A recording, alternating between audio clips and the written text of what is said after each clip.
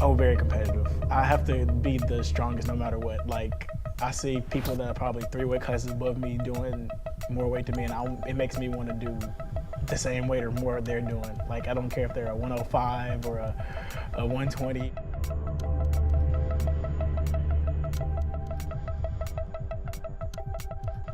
I don't like going to meets and like being the number one there. Like, I like going against people that are better than me because it makes me want to perform even better. So like going to meets where like there's no competition really doesn't excite me. I want to have fun competing. I like the stress on me. I like having the pressure put on me so I can go and lift to the best of my ability and overperform basically.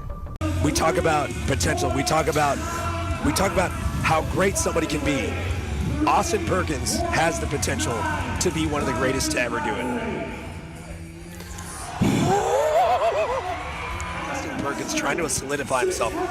Austin Perkins not just trying to make history here, he's trying to break history. Touted by some as the heir to the 74 or 75 kilograms throne, which has been firmly secured, arguably, since 2017 by the IPF's 3-time former world champion, Taylor Atwood. However, if we are to both consider Austin's average year-on-year and in-season progression rates, it shouldn't be of much surprise to witness the athlete absolutely decimate Taylor's 2021 world record total of 838.5 kilograms by a margin of 1.49% and or 12.5 kilograms with a historic, if not, in hindsight, unforeseen by many, of an unimaginable, world-leading total of 851 kilograms, which in turn has largely guaranteed Austin's immortality in the history books of the sport as a whole. To place a total of 851 in further perspective, which was achieved at the recent USAPL Raw Nationals, such an extraordinary total is higher than the 82.5 or 83 kilograms world record total of 843 kilograms by a margin of 8 kilograms and or 0.95%, which is currently held by the 2-time former IPF world champion, Russel Orhii. In the 75 kg weight class, there was Austin Perkins. Holy shit. That nigga done found his groove because that shit was special. So going into the meet, I was telling people around me, like, because we were giving our predictions for Raw Nationals and all that kind of stuff. I said Perk has all of the things going for him to have a crazy performance. He had a performance prior to this that was crazy as well. I think he totaled like 820 to like 820, maybe 830. I can't remember exactly. And I was like, oh, he should go crazy at Nationals. I even told Joey, I was like, yo, I don't speak on lifters very often. Like, I really don't. I was looking at Perk's training because he was getting reposted on King Lifts. I'm like, yo, this nigga's repping out 660 at 75. I said, God damn. Then I saw him pull 722. I was like, yo, training is training. You know what I mean? Like, what you do in the gym is what you do in the gym. But I was like, yo, this nigga's putting together. He's putting himself in position to have a crazy performance. And the thing about him too is that he doesn't have to really cut weight like that. From what I understand, he pretty much chills around that body weight. So whether he has to cut like a pound or two, it's not that big of a deal for him. I knew that he had all the makings of like a super meet. And I told people around me, I was like, yo, if he doesn't total 830, I don't want to hear it. Like, I don't want to hear none of that shit. And what did he do? He totaled 851. So congratulations to him. He out-totaled the weight class above him, which is, I mean, that's impressive. You know what I'm saying? So he has every right to talk his shit. He has every right to pop off and do whatever he wants to do. You do what you want when you popping. So shout out to him. Kudos to him. Congratulations to him. I think everyone keeps mentioning me like, oh, Perk is the new GOAT and shit. Perk is better than you, all this kind of shit. I don't mind it because I want him to like dance in his moment. I want him to enjoy that. I'll never say anything that's going to take anything away from like his moment that he's having. I will say watching that performance definitely motivated me as an individual to step on the gas. Like yesterday, Izzy, I came into the gym and like, I mean, I was going to be on my shit regardless. I guess Izzy didn't like the way I came into the gym or something, but he hit me with he's like, yo, what you want today? And I'm like, I'm on. I'm going to get mine today. He goes, oh, I'm just making sure because they said there was a 75. Would you say there was like a 75 out there that's like out totaling you? Yeah, he said some crazy shit before I stepped inside the gym. I was like, oh no, this got me fucked up right now. So yeah, man, shout out to Perk. The biggest compliment I could give a lifter is your performance and how you are as an individual, or just like, you know, how strong you are motivates me to be a stronger individual. I've said that about Taylor. I think I've said that about Jesus and other lifters as well. But like, for sure, like when I watched that performance, I was like, damn, this motherfucker is definitely not making me want to train harder and shit. It almost makes the hair on the back of your neck rise up a little bit because it's like, damn, this nigga might out-total me? Like, the fuck? And it's not that I think he's going to out-total me, because I think a lot of people, honestly, I'm going to talk my shit for like 5 seconds. I think people got me fucked up. Like, I think people really got me fucked up. This is competitor Russ speaking now. I think I got me fucked up. I'm not one of them little 83s, bro. Like, that's not me. Like, I'm different. And I've proven that I'm different. So, if anything, I'm just super excited to compete next, to show you guys. And I think that's one of the biggest reasons why I was so fucking annoyed over the weekend, because I'm like, fuck, man, now this guy gets to like do a victory lap, and then the conversation now and the tide now is like, oh, like Perk is the best, like 75 and 83. It's just like, I have to eat that though. I can't really say nothing. All I can say is like, all right, I mean, shit, just watch next time I compete. But 850 is not where I'm at. 860 is not where I'm at. 870 probably not where I'm at. Like I said, Izzy's like, where you at then? We gonna find out, man. Like I said, I got like a long ass time until I compete next. But when I compete, when I have my season, hopefully I get to kind of like steer the conversation a little differently. But man, shout out to Perk. Extraordinarily, Austin is the only athlete in the history of his respective 74 or 75 kilograms weight class to possibly achieve a higher end of season total than a heavier weight class of athletes, including being one of only 2 athletes in the history of the 74 or 75 kilograms respective weight classes to obliterate an heavier weight classes open world record total. Powerhouse Taylor Atwood first established such precedent in 2021, wherein which he totaled 838.5 kilograms at the USAPL Raw Nationals, effectively setting a new 74 or 75 kilograms world leading total, whilst thrashing Russel Orhii's 2019 world record total of 833 kilograms, therefore breaking the record by a margin of 0.66%. To be frank, the fundamental difference between both the 2021 and 2023 powerlifting seasons is that Russel Orhii managed to finish with a 2021 end of season world record total of 843 kilograms. However, for the current season, with Taylor nursing a sustaining injury or injuries throughout the 2023 powerlifting season, plus Russel Orhii deciding not to compete until 2024. Alright, I'm not gonna lie, this is the second time recording this because as I start explaining, it gets a lot confusing and I'm like, my head starts spinning. Let me try to figure out the easiest way to explain this. I mean, I'm sure like all of you powerlifting, like heavy people already kind of understand why I'm not doing nationals, but basically the way that it breaks down is that I was an IPF lifter before, and they have different rules. So in order for me to accomplish the goals I want to accomplish next year in 2024, I just can't do nationals. The timing is too close. So if I want to go back to the IPF, I have to serve a 6-month suspension, and that suspension starts whenever I kind of like reinstate myself, right?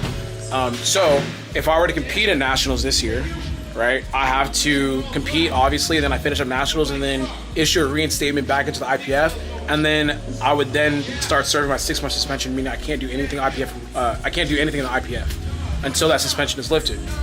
So that would have made me eligible to compete probably like in late March or April of 2024. And by that time, Powerlifting American Nationals would have already happened. And I think they would have already be putting up their nominees to go to Worlds, right? So I like the timing, I just can't do it. So instead of actually doing Nationals and issuing my reinstatement after I do Nationals, I was like, I could just reinstate myself now and then forego Nationals, and I'll be eligible in time for Powerlifting America Nationals, which is going to be next year, which will then allow me to do IPF Worlds of next year. I think I'm missing out on Sheffield anyways, which wasn't like a big priority for 2024. But the reason why I need to do that now is obviously because of timing. Perfect scenario, best case scenario would be me doing Nationals of USAPL and then switching over and then being able to do Powerlifting American Nationals. But can't do that. The way that they have their schedule for the IPF affiliates is way too front, like the first quarter of next year, basically. That's when a lot of it's happening. And that's going to set up like the subsequent meets, which is going to be Worlds, and then another meet, which is like Worlds Games at China in like 2025. And I would just need to be back in the IPF as soon as possible to make myself eligible for those things. So, long story short, I'm not doing Nationals because it won't allow me to compete in Powerlifting American Nationals next year, which will then make me eligible for Worlds. So I'm basically trading USAPL Nationals for the IPF world title in the 83s and all that type of shit. That's what I'm doing. Alongside IPF world champion Delaney Wallace, was the second highest total in the history of the 83 or 82 kilograms weight class, with a current total of 835 kilograms. Typically competes only twice throughout the powerlifting seasons. Hypothetically, without considering his year-on-year and/or in-season average progression rates, if Delaney was to participate in a third meet, historically, of the top 10 83 kilograms athletes whom participated in 3 meets within a singular powerlifting season, on average, experienced a noticeable average progression of 1.21%, with a median of 1.25%, which in turn could theoretically result in a season best total ranging between 845 to 845.44 kilograms. Therefore, the probability of Austin finishing with both a world-leading end-of-season total within both classes is rather high at current. That's if both the individual athletes' year-on-year average progression rate and in-season progression rate are discounted, as stated earlier.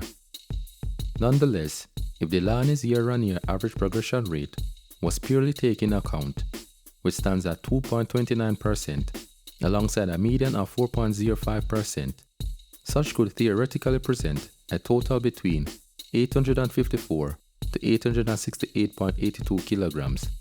However, the athlete, for the past 2 seasons, has experienced an average regression of 1.67% at his second meets.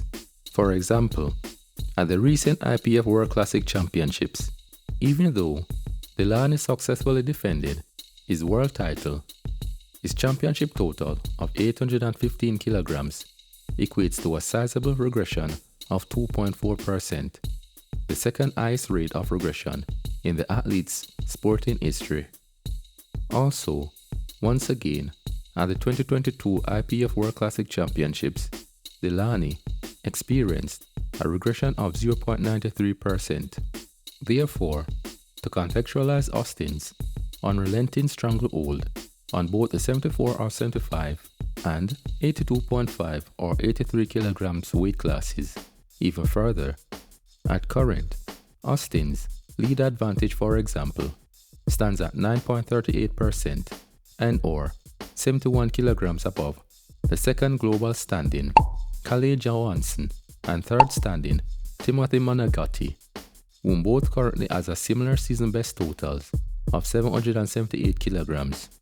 However, in parallel, Austin's subsequently has a smaller lead advantage of 1.92% above the current season's second global standing 82.5 or 83 kilograms Delaney Wallace, whose current season best total as stated earlier, stands at 835 kilograms and 3.47% above Kyle DeLeon, whom is currently at third global standing with a total of 822.5 kilograms.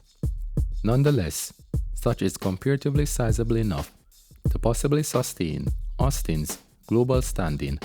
For example, since 2021, Russel Orhii has in fact sustained his overall standing with a season best and former world record total of 843 kilograms. However, over a period of 3 seasons, since 2019, Russell's historical average lead advantage currently stands at both 1.48% over those of whom that stood at a second global standings and 2.96% at third standings, all of which, in consideration, supports Austin's increasing probability in sustaining his world lead in both respective classes throughout the remaining powerlifting season.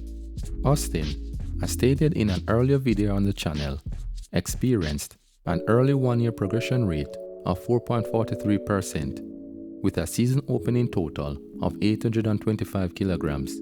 However, with an incredible total of 851 kilograms, such quintessentially equates to a 1-year progression of 7.72% and or 61 kilograms if direct parallel is made with the athlete's highest 2022 season best total of 790 kilograms. For the current powerlifting season, Austin's 1-year progression stands at a positive difference of 4.66% above the average 2023 1-year progression average of some of the top 10 74 kilogram athletes whom has thus far competed throughout the powerlifting season, which currently stands at 3.06%. Individually, the current IPF world champion, Khaled Johansson, who successfully defeated Taylor Atwood at the recent IPF World Classic Championships, has the second highest 1-year progression with a percentile of 6.43%. It's imperative to note that in parallel, Austin is only one of 14 other male athletes whom has recorded an end-of-season total higher than their heavier counterparts in the history of the sport.